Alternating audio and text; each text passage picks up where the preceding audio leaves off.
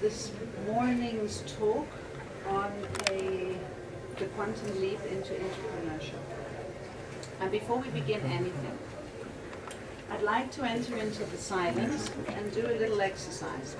Yes, I think close it somehow, but not completely, because if people come and open the door and close the door and open the door, it will make a sound. Does anybody have a problem with it being videoed? I have to ask you that. So, what the idea of going into a silence right now is that we want to become fully present and we want to leave everything that could be bothering us at the moment, letting it dissolve and letting it move out of the space that we're in. Because we're here to learn about making a quantum leap, and quantum ideas and theories are very focused. They're focused in the now, because now is where you have your potential. So just for a moment, I'd like to suggest that you uncross your legs, sit with your back straight, and just for a moment, close your eyes, and just settle into your body. Settle into the space, feeling the chair underneath you, your feet firmly on the floor. And I just want you to imagine that you are sitting in a bubble, that you are sitting in a kind of egg. It's just a bubble around you.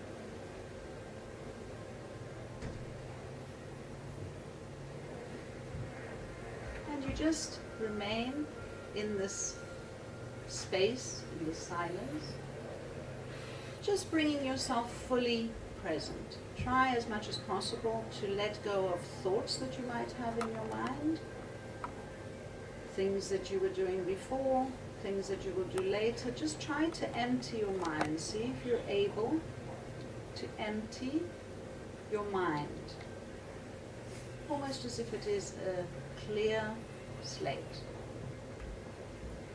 You're conscious of the chair, the floor, being present in this moment.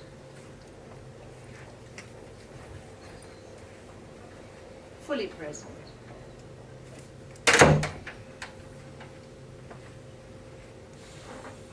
And I'm just going to, even noises come and go. You might hear my voice, there might be some kind of sound. But just allow that to be part of your relaxation process. You're just becoming fully present.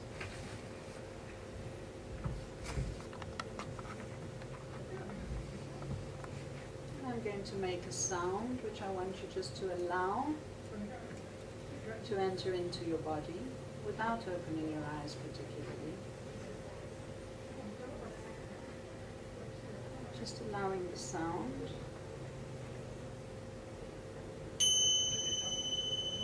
to connect, to resonate somewhere in your body.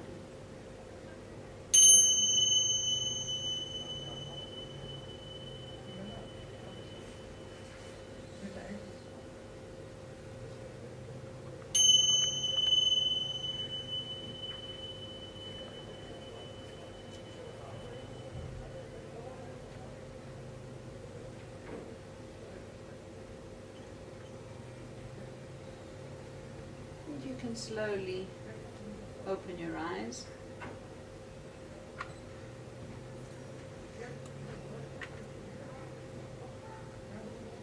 And you can just check in with how you feel right now. Do you feel a little calmer than when you came in, more present? Just take note of it. You are an observer of your own self. Now the next thing that I'd like you to do is to take a moment to bond within the space that you are sitting. People are coming in, and that's okay. We hope that more people will come in and they will not disturb the space. But what I would like to suggest that you do is that you connect with the people in the room by just making some eye contact with them. These are people that you don't know. Some of you might recognize that you know each other. But try to make some eye contact. It's part of the exercise. See how you feel. Maybe you feel that you want to smile. Maybe you feel that you recognize something.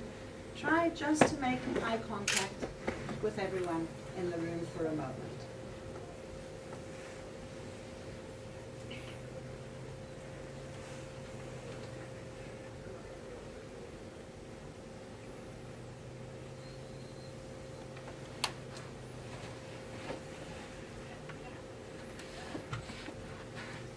This is something that we don't really do very often.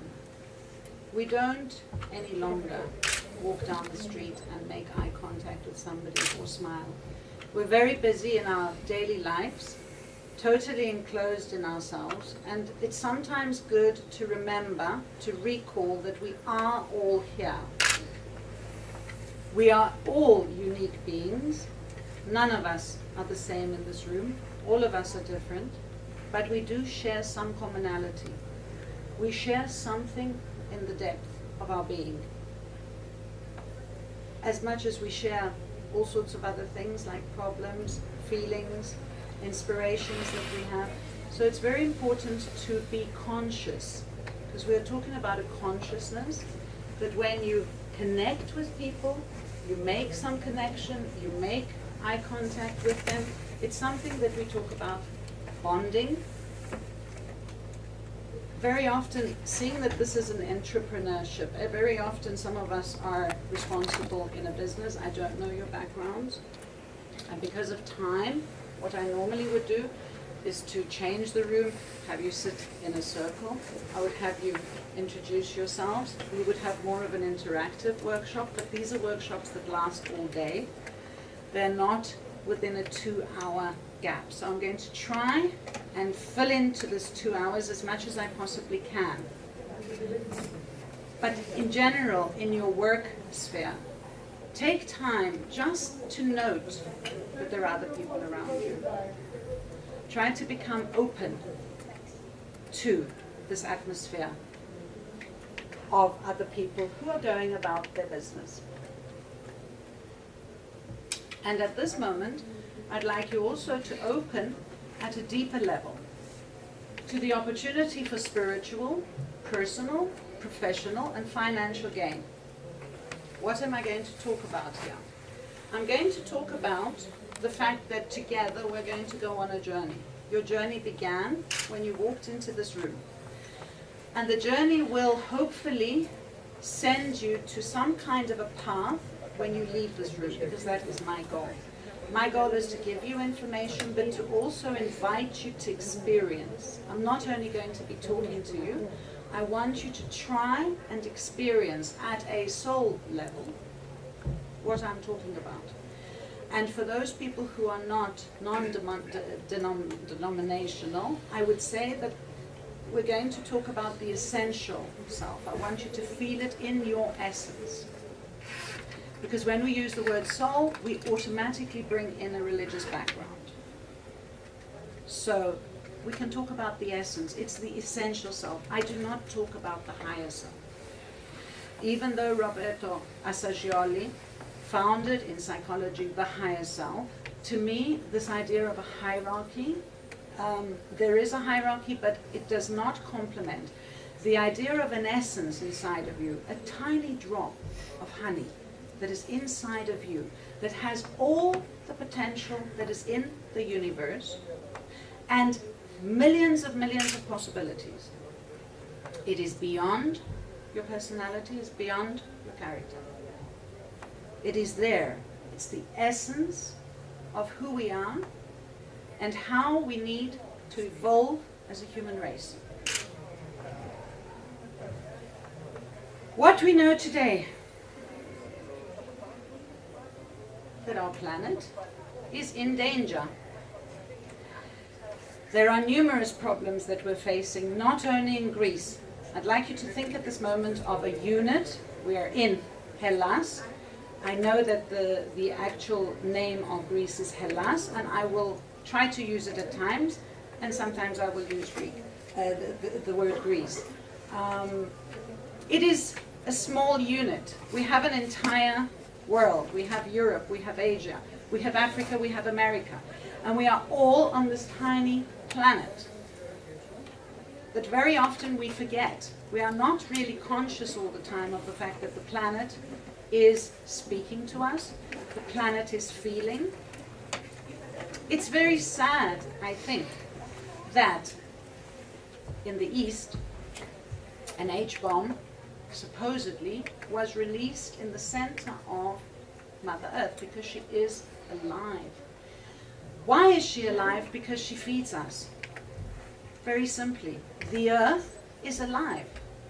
It's not a dead mechanistic aspect of being, it is alive. So actually putting an H-bomb there is a problem. But unfortunately we are not going to be able to really solve the enormous problems that are facing us today. Global warming. We try to take care of it. Thank goodness world leaders have woken up to the fact that we need to be aware of it. There are 1 billion hungry. I was watching the news the other day, something that I don't really like to do because it is so heavy. It's a lot of heavy information on the news. But I was shocked to see when the UN went into Syria that there were faces that reminded me of the concentration camps during the Second World War. These are human beings. It really touched me. I said, this is 2015. Have we learned anything? Do we know what we are talking about? Are we going to awaken? Terrorism, war, population overflow, and food shortages. This is a reality, and it's going to ground you at this moment into this room because this is the reality. We can pretend that it's not going on, but it's going on at some level all over the planet. The daily news, God forbid if you look at it, it is full of, just take a look at the words: financial crisis, stock market crashing, downturn, slump, crash, bust. These are words that bombard you with feelings of heaviness, feeling of not being able to speak because it shuts down communication, it shuts down feelings, and it brings in a certain amount of powerlessness. Why? Because we are not in the position to change what is happening. That is the normal feeling. How can I do something about this? There is terrorism, there is global warming, the government. What I can do is take responsibility and find myself as a center point of dynamic light. How? I'm going to take you through this journey. We're talking about disintegration, crisis. Greece is in crisis. The world is disintegrating. Maybe it is. And we have to be very careful at this moment of turning around and saying, in the disintegration process, there has to be something positive. There is no way that we cannot find positivity in disintegration. My background is education, research, psychology. People go through what we call breakdown. Oh, so-and-so had a nervous breakdown. Or so-and-so had a psychotic attack. What we try as a transpersonal psychologist, because I'm not a clinical psychologist, I'm a transpersonal psychologist, what we try to identify the difference between the two is the following. Breakdown can become a breakthrough. When everything disintegrates, there you will find the seeds of potential, of course, what we're going to try and do is not come to that disintegration level. But we know it from history. There is a wave movement. Sometimes it's higher, sometimes it's lower. Too many people are being labeled today as ADHD, attention deficit hyperactivity disorder. I've been a teacher for many years. Manic depressive. Labels. We label people all over the place. Oh, you have so many symptoms. Yes, take some pills and you'll feel better. But it's not. You have to go through the process. There is a death and a rebirth. And certainly the world is in crisis at the moment. So what we need to do is we need to face the fear. Because there is a certain amount of fear. When you cannot do something and you're powerless, you have a certain amount of fear inside of you. And I've put it here as false evidence appearing real. Why is it false evidence appearing real? Because we're going to now take a true step and we're going to move into the quantum field. Because everything that we see is apparent as an appearance. We see things, these are appearances.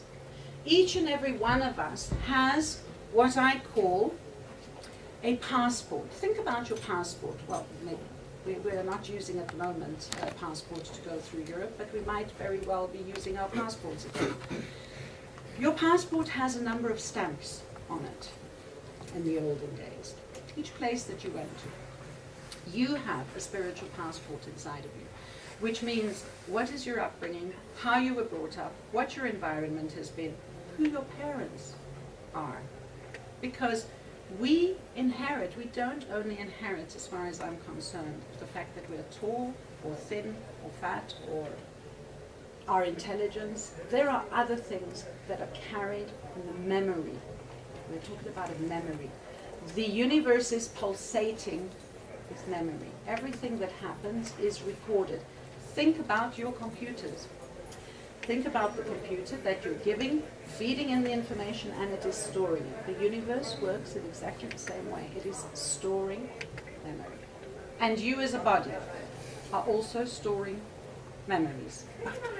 So welcome to Plato's cave. Plato. Let me put it this way. I think that everybody mostly in here is Greek. Perhaps we have some different nationalities. Greece has an incredible amount of richness in its roots. I say this because I'm doing a PhD in ancient Greek myth and music, the application of it in personal, professional, and transpersonal development. Now, I am from South Africa, of Serbian background, and many other countries. So I consider myself to be a global citizen. I was born in South Africa, I live in Greece, my heart is here, otherwise I would not be working with the Greek background. And we need to understand that there are many different cultures. Unfortunately, the ancient Greek background has been lost to modern day Greeks. This is my feeling. If somebody can tell me that it's different and demonstrate it, it would be wonderful. But I think that root is extremely important. And another important point that I want to give out at this moment is it is not any longer feasible to break down one thing in order to rebuild another. We do not have to all the time deface. If you look back in history, everybody's been doing it. The Egyptians. ISIS is doing it at the moment. Let's break down paganism, Christianity. We just destroy everything and we say we have the answer. No, because there are seeds and you can take seeds from different aspects and put them all together and then allow people to come and debate. That is something that I have and hold as a vision, to have a research center one day in Greece where people can come from everywhere and we can debate and take and look for solid solutions to the problems that the world has. So in Plato's cave, everybody is chained. You only see the shadows. The light is at the back. You don't see the light, you see the shadows, and everybody takes this as reality. One man escapes. He leaves the cave and he sees the real world. He returns, dazzled by the light, seems more stupid than before. Presumably he has just returned to the cave and he needs time to integrate his experience outside. And everybody else tells him to be quiet because they have not experienced it. And so it is anathema. And people in general, as a human race, we do not like change. Because change means I have to really, everything will break down. It's scary. It's not easy to go through change. John F. Kennedy said, the problems of the world cannot possibly be solved by skeptics or cynics whose horizons are limited by the obvious realities. We need men who can dream of things that never were and ask, why not? This is your first step into quantum entrepreneurship. Think of things that have never been thought of. If we presuppose that the potential is inside of you and there are many possibilities inside of you, think about things that other people have not thought about. And say, why not? Now, of course, I have to be a little honest with you that being alternative or out of the box is sometimes a little difficult. It's not that easy. But you build character, you build personality, and you build compassion. Because you understand that maybe you have a little bit more strength to do radical things than other people do. It's not easy to make changes just like that. But be inspired to make the change and to trust it. Of course, in order to make this change, one has to be connected to the inner self and the intuition that I have. Certainly, skeptics and cynics, I don't believe really, can change the world. And neither can somebody who lives in a box, who looks at history just in a linear fashion. No, you have to make a jump.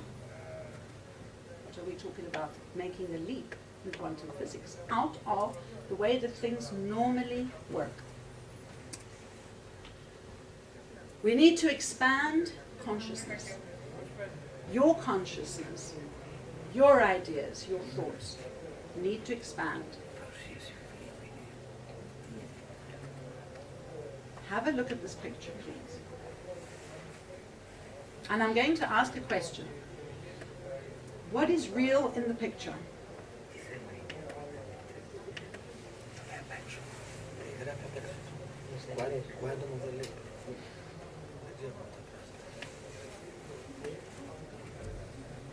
Anybody want to offer? The woman is real, yes. Okay. The fish.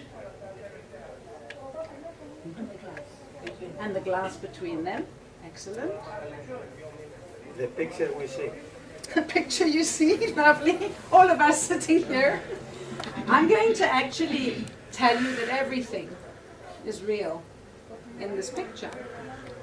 Why? Because can I not see a reflection? Now, there's a reality in there, just the fact that the ship, the fish are, everything in this picture, especially the reflections, are a certain reality, because they might be a reality to me. By looking at the different aspects, you get a multi-dimensional idea of reality. Why? Because there is no fixed reality. We know that, especially through quantum physics. Now we're going to start moving down the funnel. I won't say the rabbit hole.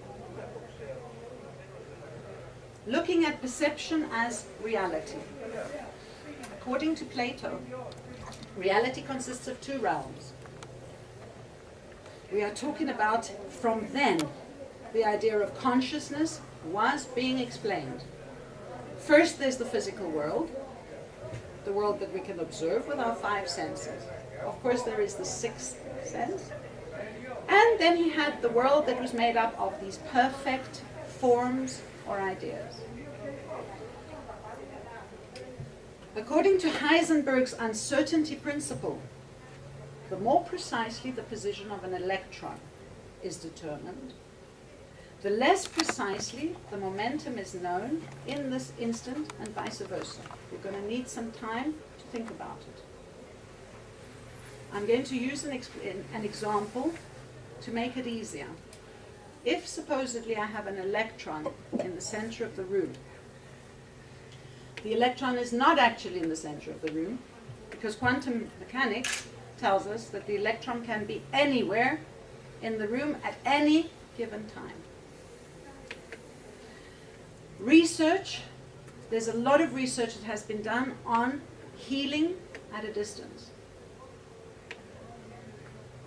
There is no space and time continuum. If I have you in my mind and I send positive thoughts to you, the likelihood of you feeling good is really good. And it's positive.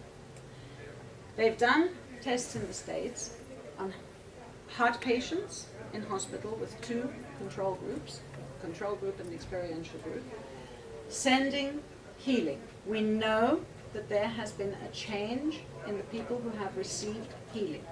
Their ability to recuperate is much quicker. If we take an electron and I change something here and measure it in the measurement, an electron that is miles away will have the same change happen to it. So quantum physics tells us basically that everything in the world is entangled. Everything is possibilities and potentialities. Electrons in possibility reside before measurement in a domain of potential, where they can be everywhere and nowhere. It is only when you are measuring it that it actually will appear and be relevant. That is why we say that you need an observer. Again, bringing it down into everyday situations. I look at this glass. I'm going to make it very simple for you. And I say, oh, this glass is half empty. My perception tells me that I've only got so much water to drink. Or I can look at this and I can only see the water, and that water will quench my thirst, and I do not look at the amount that is in there. It depends on my perception. Perception of what is happening in the world today, what is happening in business, what is happening in terms of not being able to do what we want to do, not having enough financial support, having fear that we're not going to get a job. We need to move out into this potential where I want you to imagine that there are electrons everywhere. They are just moving. Because even the table, go back to Plato's idea, this is a table. And it is a kind of okay table. Supposedly somewhere in the universal space, somewhere, there is a perfect table. And I'm going to then talk about the fact that there might be one perfect table and multi-perfect tables. Tables that are like this. Tables that are like that. We don't know what the shape of the table is. All those are ideas that are in what Carl Jung called the collective unconscious. We tend to put them out there. Where they are, we don't know.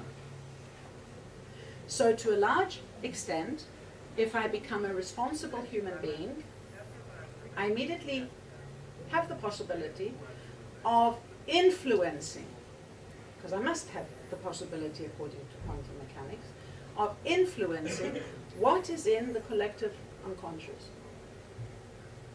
So what I send out there is supposedly what becomes my reality based on my perception. So if I trust a process, but I have to fully trust it, I can't be half trusting.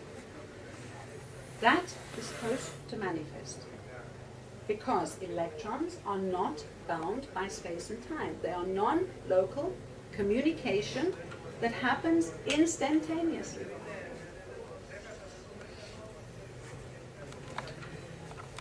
Research has shown that there have been people who have been diagnosed with cancer.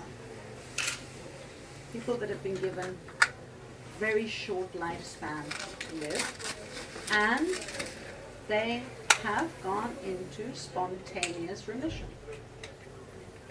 Friday I'm at the doctor, I have a tumor. Monday I go to the doctor, there is no tumor.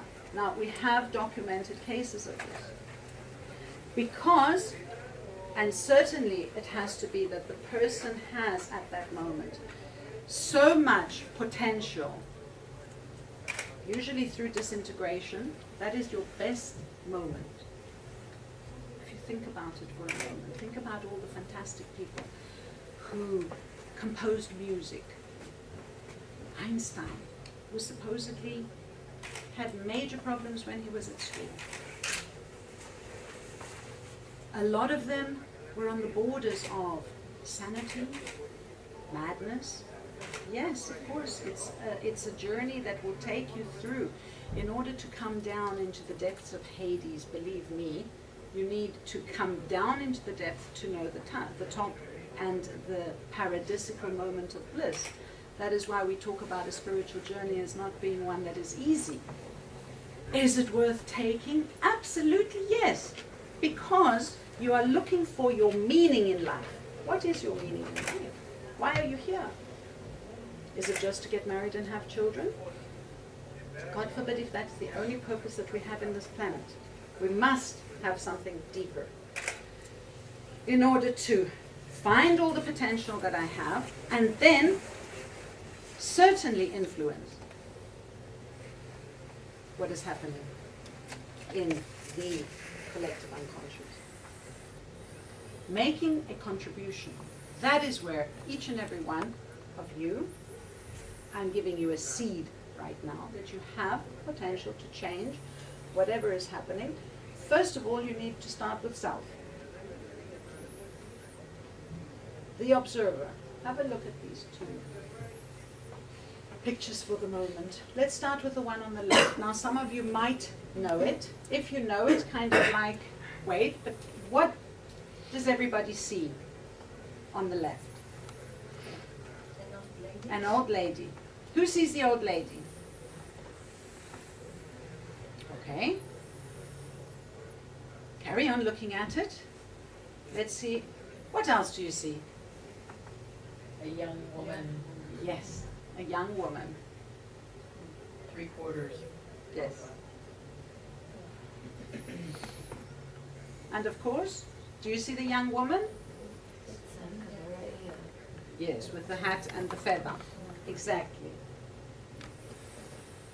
Have a look at it until you can see both. Has everybody seen both? The old woman and the younger woman? The old woman.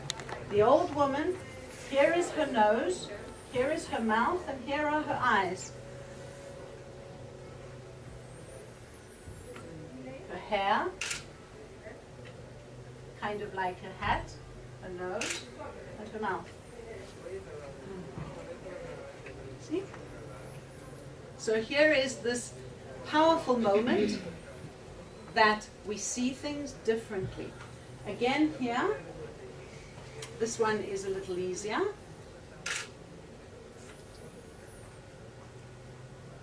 It's a rabbit. And what else? And a duck. A rabbit and a duck.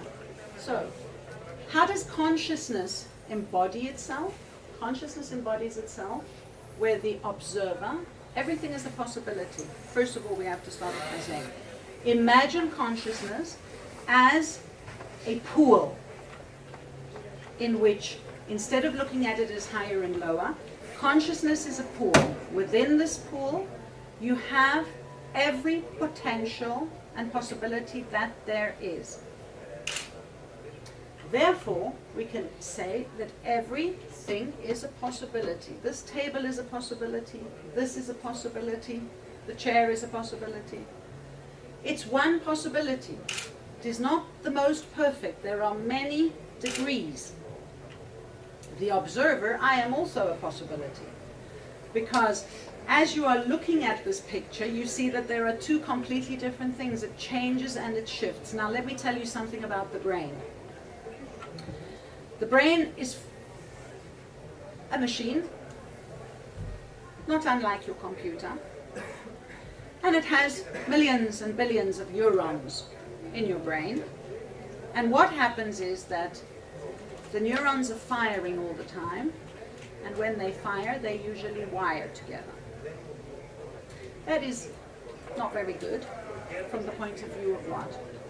My first initial understanding of something, the brain has wired together, and it will give me the information from the first aspect. For example, I see a young girl, and I'm used to seeing a young girl because the brain is giving me that information.